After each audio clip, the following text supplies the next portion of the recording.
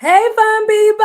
Welcome to everything, Aja. This is Chatted Up Saturday. If you are new here, welcome. My name is Aja. I am an educational consultant who has been a curriculum specialist over the last 6 years.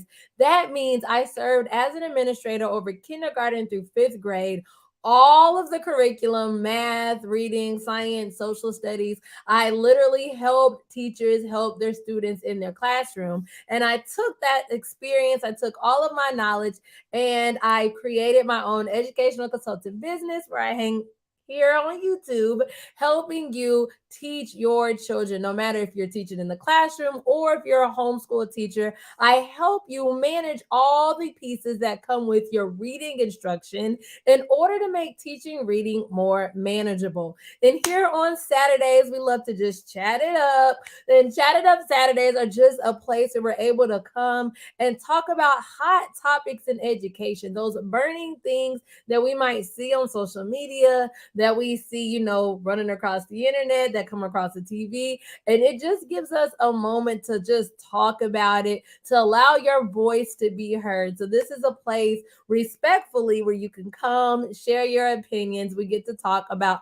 hot topics. So if you're new here, introduce yourself down below. And if you're not, hey, I always want to know where you guys are from and what you are teaching. So go ahead and drop that down below in the chat box. And today's hot topic is all about, are teachable moments dead? What happened to them? Are they actually really gone for good? This was a hot topic brought to us by Bonnie. She is one of our community members here within the community, and she wanted to talk about teachable moments and if they're actually truly gone due to all the district policies. So I was like, I would love to talk about that.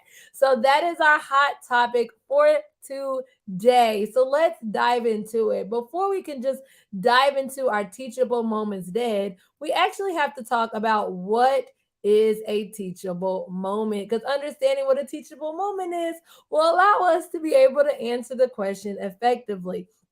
According to Google, I just Googled this, I promise. Google said that a teachable moment is a time that is favorable for teaching something. So I keyword is the word favorable. A time where that it is pretty much keen. Like a lot of us, we learn something well because we're able to receive it. So this was just the definition of what a teachable moment is. In my words, I feel like a teachable moment is an unplanned event where you're able to teach a skill or concept. Let me know down below, what do you classify a teachable moment as? Good morning, ATL. Woo, woo. ATL, good morning. It is Saturday morning, so I like to say good morning. So that's my definition of a teachable moment, an unplanned moment that you're able to teach a concept or skill. And I say unplanned because a teachable moment, to be a true teachable moment, it can't be something that is on your lesson plan. It can't be something that you're like, okay, today, guys, we are going to teach this. But it's a moment that just kind of unfolds, right? Let me know, have you ever had a moment that just kind of unfolds, meaning that you were literally teaching a concept? For example, just yesterday, I had a teachable moment. My daughter, we went to one of her friends' house and we were over there, and literally randomly her older sister, who's in first grade, okay, she's four and her older sister was in first grade, and I see like all these sight words everywhere when we were over there, and I was like, oh, who's learning sight words? She was like, she is. I was like, how old are you, baby? She was like, I'm in first grade. And I was like, oh, okay, great, you are in first grade. So what are you learning about? Everything. Well, what does that mean? What is everything? And I was like, are you able to read yet? And she was like, no. I said, you haven't sounded out words? And she was like, no. And so I was like, oh, come here really quick. And I really literally had her start reading. We did word families and we practiced onset and rhyme. And I had her read and I was like, if you could read and, now let's try this. And she word can, ran, fan, and all of those words. And then we went to the at family, and then we went to the og family, did log, dog, hog, all of those words. And at the end, I'm like, you're reading. And she was like, That's because you made me sound it out. I was like, yes, but that just created a unplanned moment. I went over there for to be a mom. I was being a mom in that moment, but it just became a teachable moment for that little girl. We just sat there and learned how to blend words. So that's my definition of a teachable moment, an unplanned moment that you're able to teach a concept or skill. Let me know, what is your definition of a teachable moment? Like I stated, this was Google's. Hey Brenda, hey Brenda, hey Brenda. Good morning, good morning. Rainbow Academy of Learning. Woo woo. And you're from Atlanta, if I recall, right? ATL. That's my A. Could y'all see my A? That's my A. That's my A. That's my A. Okay, he said teachable moment. Here we go. Here's a definition.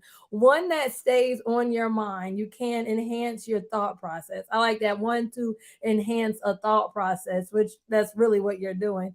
Good morning, good morning, good morning. Say good morning, everybody. I'm so glad to see you on today. I love to see y'all. Love to see y'all. So when Bonnie brought this topic up to me, it really resonated with me because if you go back to what they used to be, so y'all share some of your memories. But if I've talked to a lot of older teachers, where are my seasoned teachers? I.e., you've been teaching over 20 years. If you've been teaching over 20 years, let me know down below in the chat box how long you've been teaching. But my seasoned teachers, meaning they've taught over 20 years, they have seen education through a complete 180, it seems like. And if you talk to a lot of those older teachers, this is one of the concepts that has changed the most, that they were able to just shut their door and just teach children what they felt like teachers needed. Good morning, Bonnie. Good morning, Bonnie from Alabama. Woo woo. I was just talking about it. I told this topic is brought to you by Bonnie. So yes, we are talking about the teachable moments that you brought up. So when you talk to like seasoned teachers, a lot of them will tell you like they used to just be able to teach. But what does that mean? That really means that 20 plus. Woo woo, she's in that 20 plus. So she knows. That's why this topic resonated with her. She knows that this topic needs to be talked about. But like, okay, so you can literally chime in, definitely chime in. But one of the things, when I feel like I've talked to multiple seasoned teachers, and it's like we used to be able to teach, but what does that mean? And I think the thing that wasn't stated is that teachable moments have somehow disappeared. According to that, they're not as prevalent in the classroom today as they were prior. So why? Where did they go? What happened to teachable moments? What happened to the moments where you're able to just stop going and go off your plan and just teach children what it is they need to know? I know, have you ever, y'all, let me know, let just put an emoji down. Have you ever been in the middle of teaching a child something and you realize in the midst of that there were prerequisites that they did not have, and you know that if you keep going, they're gonna lose it because they don't even know what you're talking about. You have to go back and teach them something before going forward, and that just created a teachable moment. But it seems like now you're not able to do that, because if you spend the day going back to to the grade level before and teaching something, then you wasted a whole day of instruction, and then you're off pacing, and you have all of these things. So what happened to teachable moments? You said exactly. Exactly. It seems like we're not able to just stop and teach children what we feel like they need. But why is that? Why did that happen? Why do we feel like we can't stop and teach them what they need? Why do we feel like the end of the world is going to happen? There's a reason why you feel the way that you feel. There's a reason behind the reason we don't stop for instruction. If you think like like going into like professional development, and what I was told by even my district leaders, that this is why pre-tests have to be given. And once you have a pre-test, then you know what students know or what they don't know, and then you're going to teach them that thing in small group. But mind you, also in your small group, you're also still teaching the things that they missed during the last unit. So now you're teaching prerequisites while you're actually teaching the standard, and you're going back and reteaching all within the same 15 minutes of the day. Do I have anybody that is with me right now? And this is what literally has come up from district leaders versus just taking a day to have some teachable moments. Hello. You say, yes, it's still a daily thing for you. You do a lot in small groups. There we go. It's the small group thing. It seems like we put all of the teachable moments, those moments that it could literally just take you 5-10 minutes out of your day, but it's like we pushed it all to what? Small group instruction. It's like small group instruction is going to change the world, according to district leaders. That's what it seems like. And small group instruction is highly, highly, highly effective. Don't get me wrong, it really is. But sometimes you can actually go further if you just stopped and had that teachable moment. And because sometimes, and y'all know, you might realize that 90% of your kids did not understand that. For example, y'all know I taught fifth grade for years. And with fifth grade, the biggest unit in math is all about, and I went to math because y'all can understand where I'm going with this. The biggest unit in math is all about fractions, multiplying fractions, dividing fractions, mixed fractions, converting fractions, the whole shebang. But if children didn't master fourth grade adding and subtracting like denominators, and then if they didn't master third grade, just understanding how to compare fractions, then they are struggling when they get to fifth grade. And the way the fifth grade curriculum is, it's so jam packed. You don't have time to really go back and teach them. But if they don't understand like and unlike denominators, if they don't understand how to add a like and unlike denominator, how you gonna teach them how to add mixed numbers? You can't. You gotta go back. If they don't know their multiplication facts from third grade, then there's no way that they're going to multiply fractions. You know what? Oh my goodness. And I know I was very fortunate to have a principal that allowed me to be the curriculum specialist that I needed to be to get the kids to close the gaps. Because what I realized was our kids were struggling with the fraction unit. Why? Because they did not know how to multiply. And because they did not know how to multiply from second and third grade, it has taken them 5 times longer to solve one math problem, not because they don't understand multiplying fractions, but one, they don't know what a fraction is. But one, they just did not know how to multiply. So they are doing all of these strategies that we teach them. They're literally spending all of their time trying to do repeated addition or an array model on the side just to understand what 5 times 7 is. Versus if I just took the time to implement an initiative, and I implemented school-wide initiatives on just multiplication, and it worked. Teachers were able to see that, oh, now they understand how to do these other concepts because they're not spending so much time going back trying to do like repeated addition in fifth grade. So those what I mean by just teachable moments. And even she knew, and I even told her, I was like, okay, your boss not gonna like this whole poster about multiplication. She was like, do you feel like it's gonna work? I said, yes, absolutely, because I went to the root cause of the problem. And I had a principal who did trust me on that, and we were able to see the gaps closing within our fraction unit.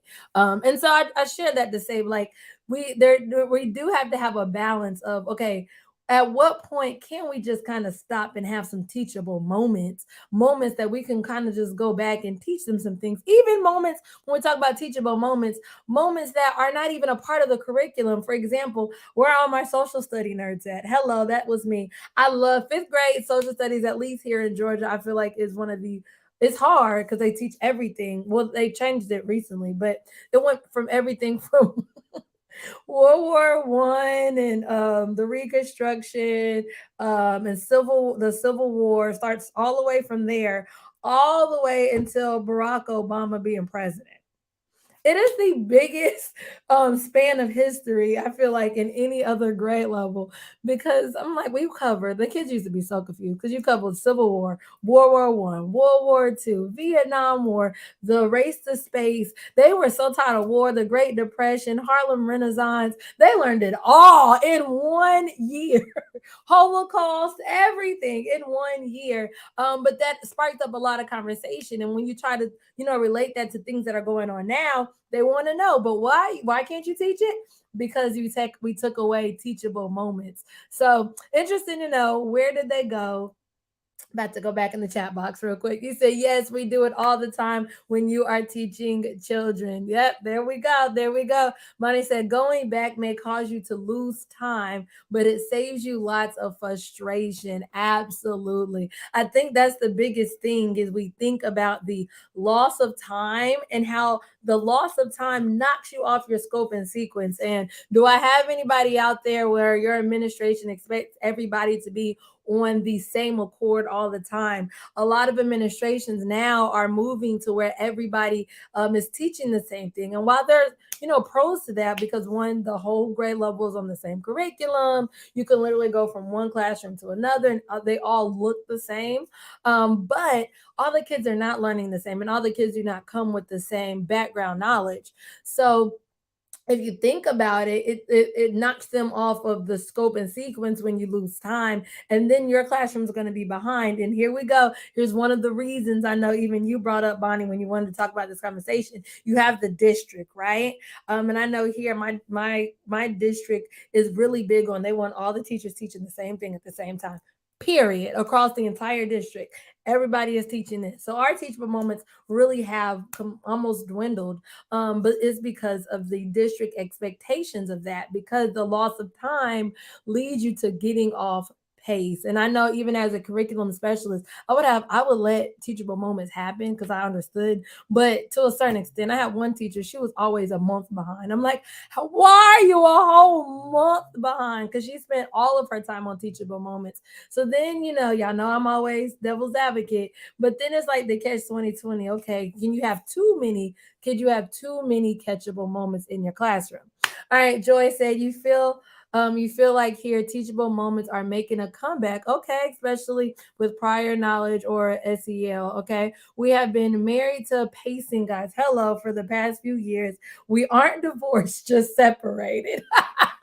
I love the analogy, Joy. I love the analogy. We're not divorced yet, but just separated. So good. You feel like they're starting to come back. So you think they might have died and now they're being resurrected. They're coming back in a little bit. And I feel like even the pandemic allowed that to kind of happen because there's so many learning gaps. We're dealing with learning gaps across the board with children right now. And a lot of districts are trying to push forward and how to actually close in those learning gaps. But it's allowing for more teachable moments within the last few years because they're giving more leeway to teachers to just teach children. So good insight. Thank you for that. All right, Keisha says she realized that this year her kids needed help with adding and subtracting single digit numbers. Okay, so they did get on extra math first thing in the morning. Also, they did freckle. I've never heard of that. Is that like a application or is that for interventions? I just haven't heard of it. I love knowing, and I haven't even heard of extra math. I know I excel, but I've never heard of extra math. There's so many things out there. So many things out there. So that's a good one. So you're making that teachable moment or catch up time first thing in the morning. We call that RTI time. We used to do that, and the first things in the mornings were RTI time across the board before we officially started school. We said district. Okay, so this is going to where they went. Okay, district expectation drove you to sneak into the building on Saturday mornings to have teachable moments for my struggling kids. Oh, I have to star that one. Oh, teacher of the year right there. Teacher of the year right there. So you would come on Saturdays to have your teachable moment for your struggling students. And that was crazy. They were actually coming on Saturdays. That's a blessing. I wonder if we used to do Saturday school, which allowed, for more teachable moments because we weren't that you didn't have the expectations. We were able to do what we wanted to do. So yeah, I guess we kind of did too. But it was like right before testing, like always right before the Georgia milestone, which is the state standardized test here. All right, you say we teach students, not content. I like that we teach students, not content. I really like that. I feel like that would be a quote on the teacher. I teach students, not content. I love it. But if we are in such a hurry to teach the content that we ignore what the students are gaining, we miss out on the point of what we're doing. Oh my goodness, Joy, I have to start that one too. Do you feel, Joy, piggybacking on this, just picking your brain? Do you feel like that exact point, because you just took it back to why we become teachers, like why are we even teaching in the first place? You brought it back to the why. I feel like that statement is so powerful. It brings us back to the why did we even get into this profession in the first place? Do you feel like that concept has been lost over time? I know you said that you feel like teachable moments are, making a comeback, but just the idea of teaching children and what the children are gaining, do you feel like that point has been missed? I feel like, personally, I feel like it has. I feel like over time, because of the pressures that have been affiliated with education, we have lost that. We've lost that sense of the why. So it's interesting. Everybody else can piggyback on this as well with Joy's comment. But it's like it takes you back to the why. Like, does anybody else want to share their why? Like why we got into this? Because most of us are teachers. Even if you're a homeschool mom or a homeschool parent, you didn't have to homeschool. You could have chosen, traditional school, but there's a reason that we chose to teach. There's a reason behind it. And I feel like this brings us back to the why. Definitely brings me back to the why. Even when you're thinking about students are gaining, my happiest moments are when a child, like yesterday, I was sharing the story with the little girl, just teaching her how to blend and read words.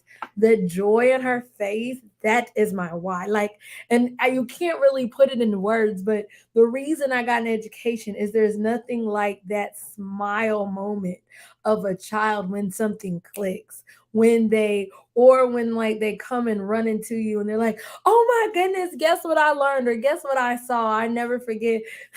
I hate teaching science. Can't even flex. I love social studies, science. I like doing science experiments, but teaching science, I did it, of course, but I am a social studies type of gal. But I think this is because I like learning things, but I don't know. I'm just wasn't really big into science. But of course I did it. I remember my first, what was that, my second year?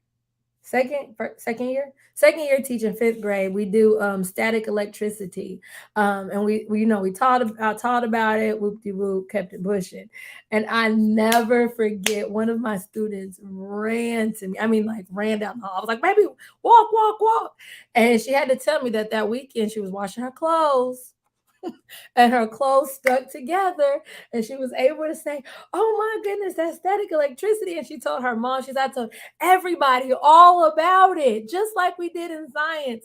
And it's those moments that keep me going back to your statement, like those moments that you realize what students are actually gaining, the things that they're actually able to hold on to remember. We talked, like, what was it, 2 weeks ago, we were talking about the teachers that have actually impacted us the most are the teachers that had those teachable moments that spread beyond just the classroom. So you said of the child is a true celebration. Yes, yes, it is.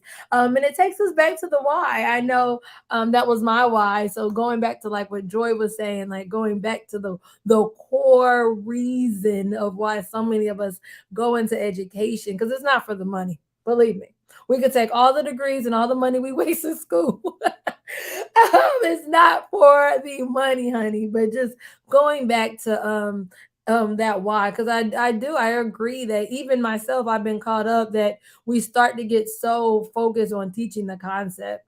We get so caught up on teaching the concept that we lose sight of those teachable moments because of the pressure. So that's why I had us going back to the why. I feel like that pressure has allowed us to kind of to lose that. You said light bulb moments are everything. Yes, they are. Good morning, good morning, good morning, good morning from Dallas, Texas. Woo, woo.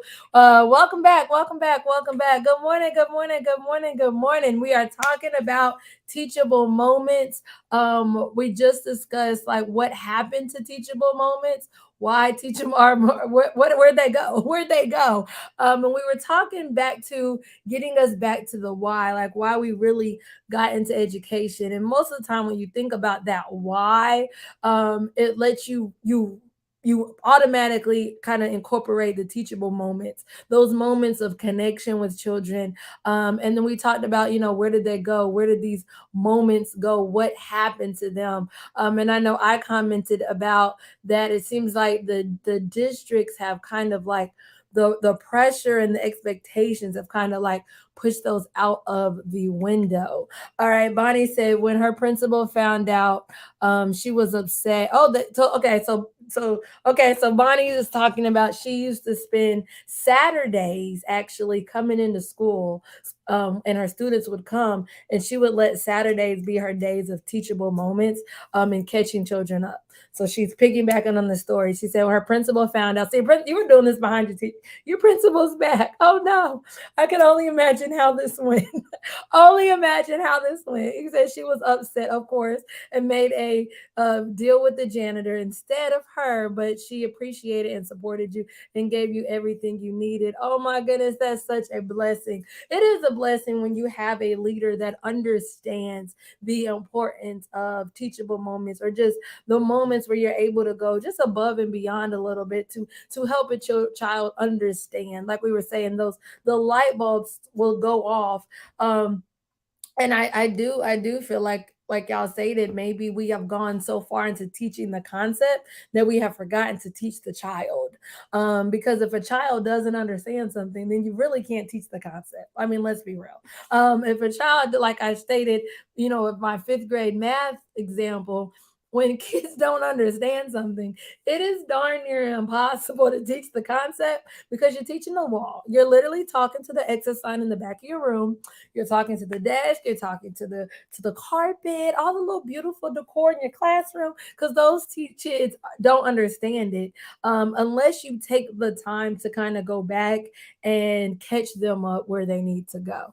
You said not all, especially early childhood education. I'm not in it for the money. Absolutely, because if we was in it for the money, girl, there are so many things that we could be doing with all of the years of teaching. But yeah, I think going back to what brings it's so crazy. Like I feel like Joy's comment just brought me to like a happy place, the happy place of going back into the why. What made me fall in love with education? Like I was 7 and I wanted to be a teacher. I enjoyed the classroom environment. I enjoyed those teachable moments. You said you meant not. Okay. Okay, I followed you once I read the rest of the sentence. I did follow you once I read the rest of it. So we're here now. You say you feel like teachable moments became, oh, really, with being sidetracked, losing focus. Okay, um, so where do you feel like, and I'm not trying to make this go back into like a whole testing war, because I feel like we have discussed that, but where do you feel like district leaders are focused on? If we, you discuss the, intentionality behind it, but what are they intentional on? And do you feel like there's been a shift? Because I know you stated that you feel like teachable moments have, kind of come back a little bit. But do you feel like maybe with the pandemic now we are more focused a little bit more on the child? So because I'm like rereading it. You said that we were losing focus, and now we're more focused on intentionality. So do you think the pandemic had anything to do with that shift? Because I feel like there's been a big change in education. We would be, um blindsided if we, didn't acknowledge the change that there has been a little bit of a shift. But do you guys feel like it's a shift in the right direction? Is it a shift in the right direction? And I see the typo part. Okay, so whole we follow. So you love teaching the whole child, and that is why you teach. So your why is teaching the whole child, not just the content. And we actually touched on that last week as we were studying, Miss Collins, or was that those 2 Saturdays ago? We were studying Miss Collins on, and she believed in teaching, teaching the whole child, not just the standards, but really teaching, making better citizens. Because if you can create a better citizen in this world, then you're teaching more than just the concept. You're teaching, the character skills. And I think just in teaching in general, do I have anybody that's taught in like a Title I school, or a school that had academically challenging students? And I feel like when you're in that type of environment, your why is more at the forefront, because it seems like your why becomes like the leading action, the leading cause behind all of your actions. Because you have to teach the child. You said teach the child, then the concept. I feel like those kind of environments make you teach the child, because you're dealing with children that your classroom is their only safe place. You're dealing with children that you're their mom, you're their counselor, you're their dad, you're the grandma, your auntie, you're the teacher, you're the caregiver, you're the nurse. You are everything for that child, and maybe teaching in those environments allow you to really teach, like you said, teach to the child, and then the concept. Because if a child, I know when I first started teaching in my first Title I school, we had to understand if a child is hungry, or they don't feel safe, they cannot learn, period. And so we would always have snacks. Luckily, I used to go to the Dollar Tree. That's back when the dollar was everything at the Dollar Tree was still a dollar.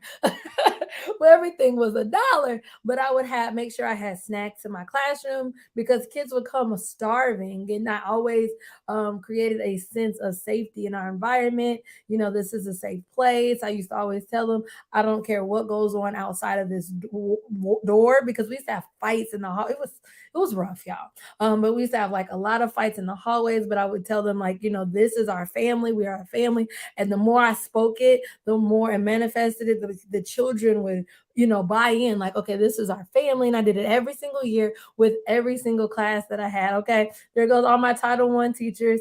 You gravitate to Title I schools due to the need. Oh, that's interesting, because your heart reaches out. Okay, so Title I and ninth year inclusion. Woo woo. Okay, so y'all understand where I'm coming from. Y'all get it. But you have to teach to making that child feel safe, because a lot of, I know when my first Title I school was completely 100% Title I school. And not just saying, Title I schools are all in rough areas, but that school in particularly was in a rough area. So rough that we did things that I don't know if y'all are allowed to. We are probably not allowed to, but we used to have to take our kids home a lot. And we would let, like, in order to catch them up. I know Miss Bonnie was talking about, she would spend Saturdays catching her children up. But we used to literally for me, I used to let my kids stay after all the time. Like, y'all could stay for lunch. We used to have lunch and learns. I would let them stay after. I would take them home. And it was, our principal didn't mind, because that was our community. Because parents didn't have cars. They didn't have cars. They didn't have ways. And I never forget one of my babies, I was taking him home, and literally, y'all, I had never seen that in a day in my life. But it was the caution tape, and they had an outline of a body. And he was like, yeah, this guy just got shot there, like right outside his house, mind you. And he was a very bright kid. He actually had just got classified as gifted. I was so proud of him, because he was new to us. And I was like, hey, baby, you have that it. Like, we need to make sure you have that it. And he was like, yeah, they just moved the body. I said, what you mean? He was like, yeah, they left the body there for like 2 weeks. I said, you mean for 2 weeks you've been staring at a course outside? Like, oh my goodness. And that moment is still instilled in my head. Luckily, at that point, the body had been removed, but the chalk was still there, and the caution tape was still out there. And it crumbled my heart to see that these kids were so bright. I mean, so bright and intelligent, but this was their environment. And it allowed me to really understand, like, once you understand what, and don't just look at a child, like you were saying, like as a means to the curriculum, or a means to meet your district. You're not doing it for the job, but you understand who the child is. Then one, it allows you to catch them up more, because now I understand what this child is going through. I can speak to them. I can build that relationship. Relationships are key. Y'all know I'm huge on building relationships. But relationships are key with our children. We have to treat them like a human. So many times we are looked down upon. They're looked down upon, but they are literally people. They have thoughts just like we do. But it was crazy to see that's what you go home to, and then you come to school. He's like, all my kids say school is my happy place. They didn't want to leave. They loved staying after school just because they didn't have to deal with those worries of the world. And then I allowed me to have teachable moments. It allowed me to have teachable moments. For example, if I found out a child like basketball now, guess what? Guess what we're using in math class? We're using basketball examples. If you find out a kid likes something, use that, build upon that, build upon that relationship. All right, back. Okay, I read that one. I'm trying to figure out which one I was on. I might have been on this one. Okay. You said you still do teachable moments at Head Start. Okay, good. But you have two but you have to, because of their ages. I mean, you do teachable moments with your grandchildren. Okay. So you understand the point, and you're able to really like bring it to life. So that's good. You're still having teachable moments. So it's good to see. I didn't know what y'all were gonna say. I loved when Bonnie gave this topic to talk about, but it's good to see that teachable moments really aren't dead. They aren't dead. They aren't dead. Good. You said before current technology, teachable moments got lost in the sauce of paperwork and that's really good. Largely by hand, additional teacher responsibilities. So yeah, so you think that, so you're saying that technology might have created almost like a cause and effect to teachable moments, that technology kind of moved teachable moments out the window. And I can agree with that. Like, I can see how that happened, especially with the power of apps. Just like, who said, I think it was Keisha that said earlier, like she gets her kids on, what was it called, something math, let me go back. It was some math, extra math. So extra math allowed her to have those teachable moments. But maybe, I feel like maybe technology, catch 2020, Bonnie, maybe technology has allowed us to have more teachable moments all happening simultaneously. So because you realize that, okay, this baby didn't understand, a concept. For example, I was talking about, math earlier, and my kids not understanding multiplication. Instead of me stopping and teaching them multiplication, maybe now I can use technology to help catch that child up and create that cushion of teachable moments, where else, and before technology, I would have had to stop and teach them. So maybe it has allowed us, almost given us assistance in that. So that I do see the, the paperwork and stuff. That's, I feel like that goes back to the district expectations. That goes back to district expectations. But yeah, so I can definitely see. I feel like that was a great point, something to bring up as far as technology. That technology has played a role. Technology has played a big role in changing up teachable moments. So thanks for sharing that. You said, Joy said she feels like the teachable moment sparks interest in content. Oh, I like that. Interest in content, filling learning gaps. Absolutely filling learning gaps.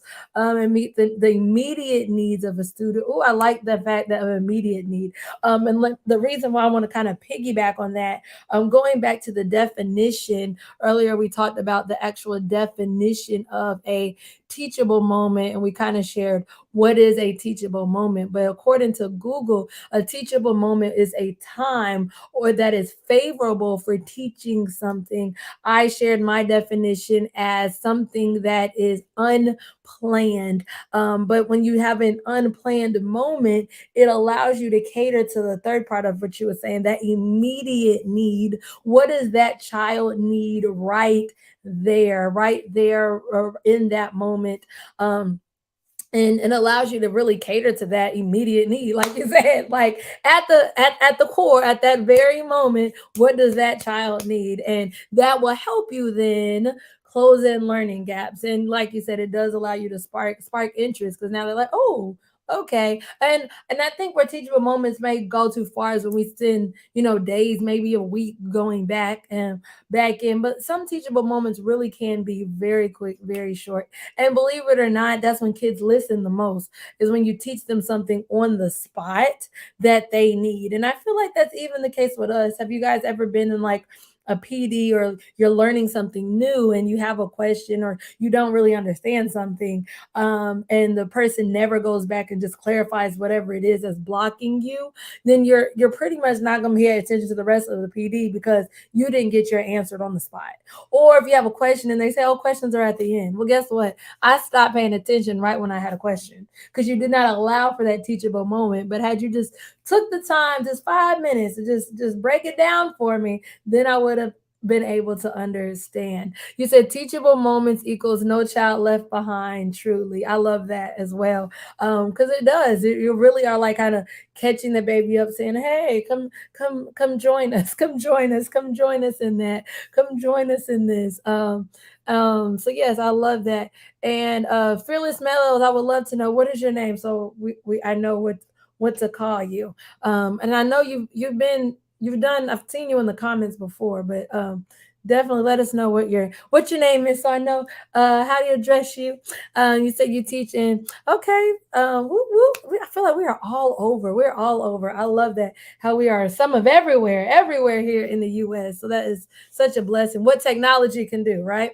Most schools in your district are all Title One. So you have pretty much a Title One district in the county. Okay, so they pretty much eat free and reduced lunch. Okay, it creates a sense of urgency. I love that. That you guys must give every opportunity all to succeed. I love that, and I think that is right. That like in those type of environments, maybe is it, would y'all agree, and y'all could just kind of give me the thumbs up if you agree, would you agree that teaching in Title One schools allow you to have more teachable moments than not Title One schools? Or is that not a safe assumption? Is that too far off?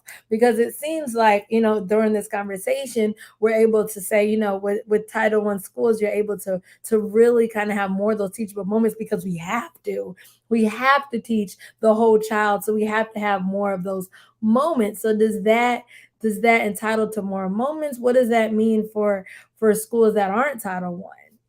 So I'm just bringing that up. Would love to know your thoughts about that. You said they grow up so fast because of the environment they're put in. Absolutely, they know, girl. I feel like they, in that environment, you learn, you don't get to be a kid for real, because you're faced with big things. I know I had a student that never forget, you go what you want to do when you grow up, and he literally told me that he wanted to be a member of a gang, because that's what his father does. And I went to my AP, and I was just crying. I was like, and like, this baby came to me from another district that was even rougher than our district was. And I was, luckily, it's crazy, his mom said he was blessed with two teachers that really cared, back to back. So his fourth grade teacher, and then I had him for fifth grade. And I never forget, by the end of the year, he goes, he never knew he could be something other than a gang member. Like, he thought that was where his life started and ended. And then he left, ending up, and he was behind grade level. He was reading on the first grade level. We were in fifth grade, and he ended up passing the state standardized test. He was one of those babies. But he was like, I didn't know I could be something other than that. Like, and it broke my heart, but it filled me with so much joy at the end of the year when he said that, because I remember how he came to me. I remember he was like, hey, I'm going to be a member of a gang, and that's it, point blank, period. I've had other kids that their parents were locked up, and they come to you with that type of stuff. So it's like, how do you teach them concepts about math and fractions and stuff when they are dealing with real life situations? And it's impossible. You have to teach them where they are. You have to really like understand where they are, and then create teachable moments from there. Okay, I don't know why I keep going to math, but like if you're, you're teaching fractions, they're not interested, but then you find out that their parent may be locked up, but there's bail money. Okay, well, let's see, how was the fraction of bail money that you and your mom have collected from what you needed? And then let's start doing percentage. How far are you? How far do you need to get? Turn that into a teachable moment, right? Turn that into a teachable moment. In fact, I know on my ministry page, I shared that just yesterday, my daughter's bus was 2 hours late. 2 hours late. Did not get there until Friday, until 9 o'clock. She was supposed to get there at 9, and I literally taught the kids. We had a fifth grader, a second grader, and a pre-K. And that fifth grader, we sat there. She asked her mommy for $2. Mom was like, $2 every day for lunch. And then we calculated how much money she's technically asking her daughter for every single. I mean, asking her mom for every single month, and we calculated it. You're really asking mom for $100 a month. And she was like, but it was only $2. And we did the math, and she's like, whoa, you know. So, hey, Michelle. Okay, I gotta remember that. Michelle, we said our students. Okay, I'm still going back to the comments. We're coming back down. You said nice chatting with you. Oh, nice chatting with you too. We do this every Saturday. We just chat it up. Oh, you're crying. We're talking to some deep stuff. This is some deep stuff. These kids deal with a lot. So not trying to make you cry, not trying to make you cry. We're just it's y'all can tell I'm passionate. I know you guys are passionate. You are literally waking up on Saturday to sit here and talk about teachable moments. So I know you're passionate as well. Um so yes, I'm not trying. Your comment about to make me cry. I'm trying to see me. I'm trying to like go back down to the comments. I'm like, I can't think about too much into that. But yeah, these babies, they need more of us. They need more of us. And unfortunately, going back to like some of the other topics that we have talked about, it seems like a lot of the teachers, like us, the teachers with the passion, we're losing them. That's why, I'm trying to help teachers keep that passion by making the burnout go away with teaching reading, is so that we can have more of these moments. We can build children. We can really shape the future. For those of you guys that have been on there for a long time, I'm huge on shaping the future. um, so you said we were on the same page. Misread the message. All right, we here, girl. We're here. You talking about as far as technology? Okay. All right. Cool. I'm caught up. I'm kind of okay. Michelle said we have a lot of scholars out there, and charter schools. We call the students scholars, parents instead of students. And I like that. I like the change of wording, the positive. Positive. Our positive word choice really can change how students are. I said students, scholars perceive themselves as well. You said 1 year you taught GT sixth grade. I forget you middle school too. That's right. I know you teach fourth grade now, but you said your kids thought that they were from South Africa, not South Carolina. So you had a long teachable moment. What planet do we live on? That is so funny. That is definitely a teachable moment. Right there. Right there. Right there. We need to stop. Pause the instruction, take it back. And so then, like, okay, and I love this is a great example for having a risk-free environment where one they were able to explain. I thought we lived in South Africa. Um, and it just allowed you to have that moment versus being scared that, okay, what if my administrator walks in right now and we're talking about South Africa versus South Carolina, like, and what would she think? Like, you were able to just kind of debunk that myth in their heads without being scared of what your principal may think or what a district leader may think. You were able to have that environment with your children. So that is definitely beautiful. Beautiful, beautiful. Made me laugh. Beautiful, beautiful. Okay, you say your charter school mission is to close the African American achievement gap. Mm, girl, I love that. I love that. This is why she put great win. Absolutely great win to close the African American achievement gap. It has been so successful that Hispanic, all the other races, absolutely. And I feel like even though I've been on this channel since 2019. In fact, I'm coming up on exactly 3 years. I think I started in September. The last week of September was when I first did my first video. And so, it's kind of moved so thus far. But coming up on my YouTube anniversary, um, I realized like now, even doing these chats like this summer, I posted on here, and I don't know if you guys saw, I talked about why African American children are so behind. And I realized that even through this, I feel like my calling now is moving more towards closing the because I've always been big on closing the achievement gap, but more with African American children that look like me, because I realize that people that also look like me don't have the same knowledge or capabilities to closing the gaps that I see forth. And I'm like, it's really simple. It just takes a lot of us to get on board and understand. And so that's part of my mission. And I think now I'm at the point where I'm able to claim, like, honestly, it's for children that literally look like me, helping parents and teachers that look like me close in this learning gap without being so overwhelmed and burned out, because so often that burnout is what prevents us. And so I love that. I love that. I love that. I was about to talk about something else, but since I'm talking about just the gap, I definitely want to just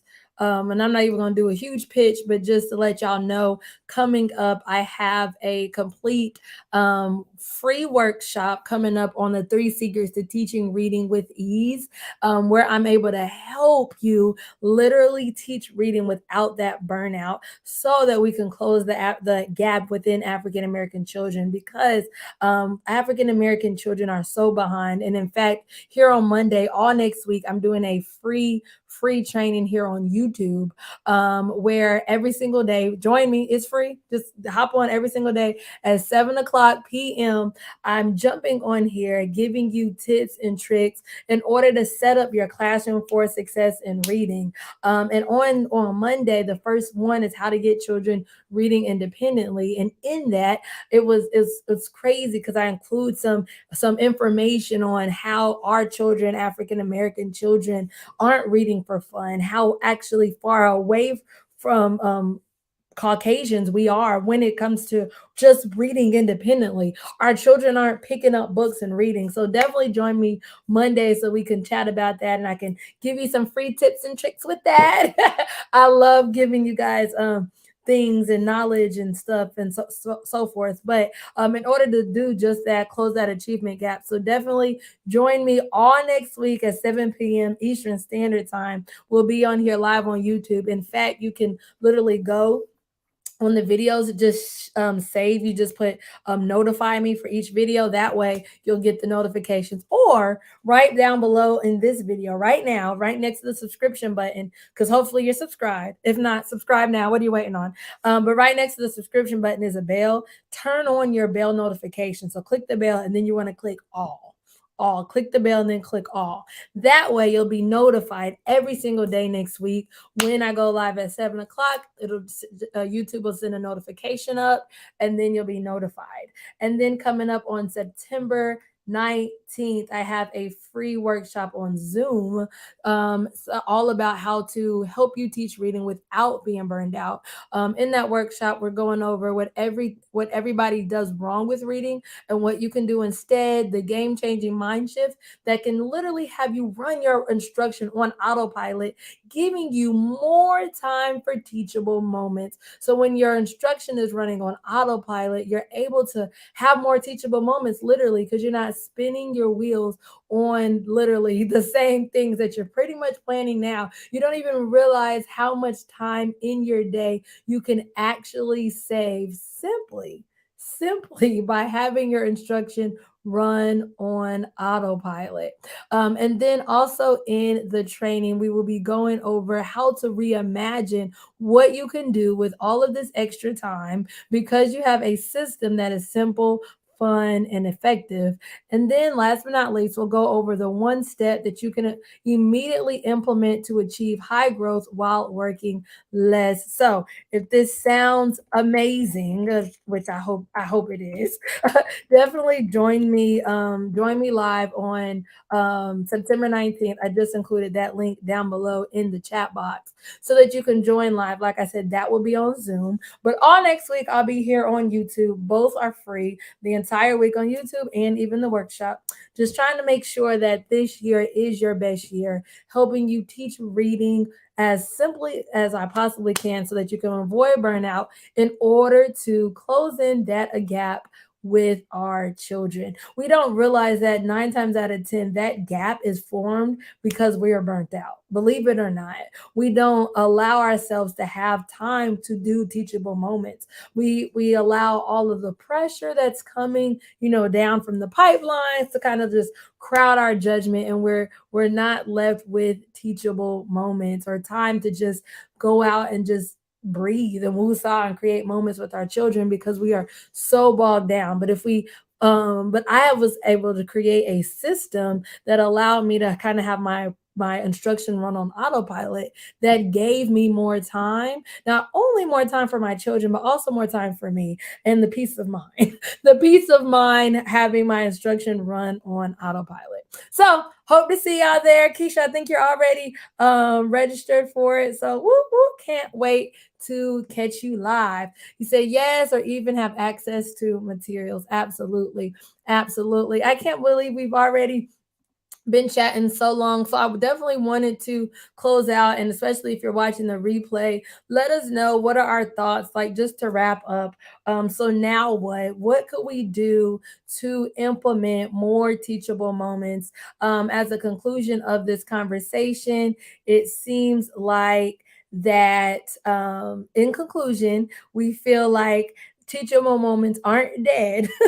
They're still around, but we can have more of those. So how could we have more of those in education? Like I said, that's your homework. Come in here, chat it up.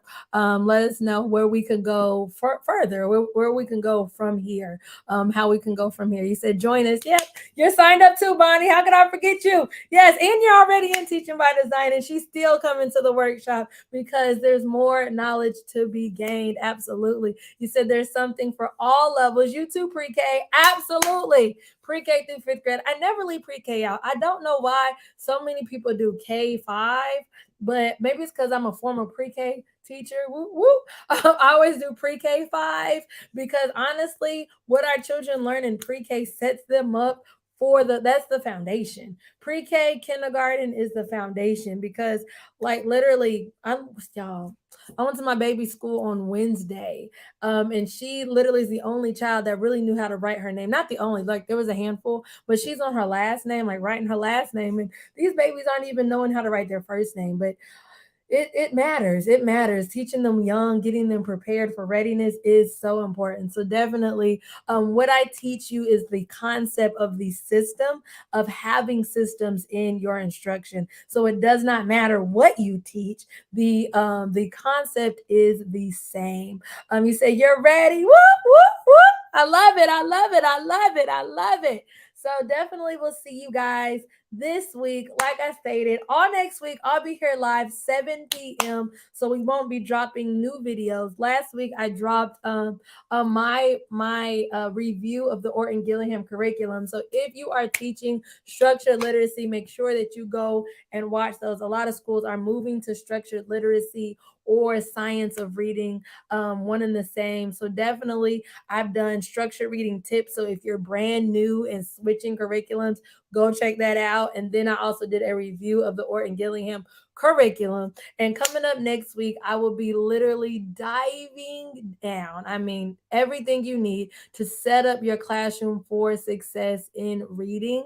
And then we will top that off with a free workshop all about how to teach reading without the overwhelm. I'll be giving you my 3 secrets to doing that so that you can teach smarter, not harder. Not only will you be able to woosah, but you'll also be able to have more teachable moments. Win, win. Absolutely. So can't wait to see you guys there. Thank you so much, everybody that has joined live. I enjoyed chatting with you guys today. I appreciate you all's input. I love, love, love the transparency that we have created in this group. So I will see you guys next week, really all next week, and then again on next Saturday. So we have a lot to talk about. We have a lot to talk about.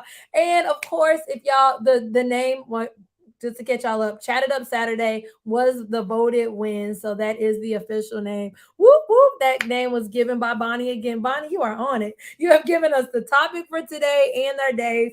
We have another topic coming up that was added by another one of our fellow community members that will circle that around and talk about that on next Saturday. If you have any hot topics in education that you want to talk about, feel free, just drop them down below and we will talk about them. See you guys later. And if you haven't already, catch up on the videos last week. Y'all need to catch up. So you say whoop whoop.